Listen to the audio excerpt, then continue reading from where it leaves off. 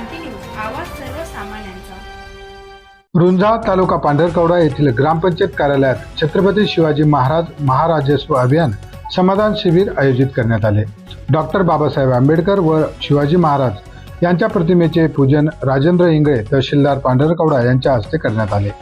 यावेळी कार्यक्रमाचे अध्यक्ष सरपंच प्रांजली मेश्राम हे होते। प्रमुख पाहुणे पोलीस पाटील सतीश राठोड, उपसरपंच इम्रान तिघाडे, एस गजभिये, नायब तहसीलदार पांढरकवडा प्रशांत घरडे, मंडळ अधिकारी रुंजा तलाठी शेळके, रुईकड सायखेड सेतू केंद्र संचालक संजय आडे, प्राथमिक आरोग्य केंद्र रुंजा कर्मचारी व तहसील कर्मचारी आदी उपस्थित होते। यावेळी जातीचे दाखले 55, आधार कार्ड 56, रेशन कार्ड 11, किसान सन्मान निधी 20, उत्पन्न दाखले 190, श्रावणबाळ संजय गांधी योजना 38, आरोग्य विभाग तपासणी औषधोपचार ग्रामपंचायत दाखले 20, ॲग्रिस्टेक नोंदणी 12 आदी दाखले असे एकूण 486 दाखले वितरित करण्यात आले।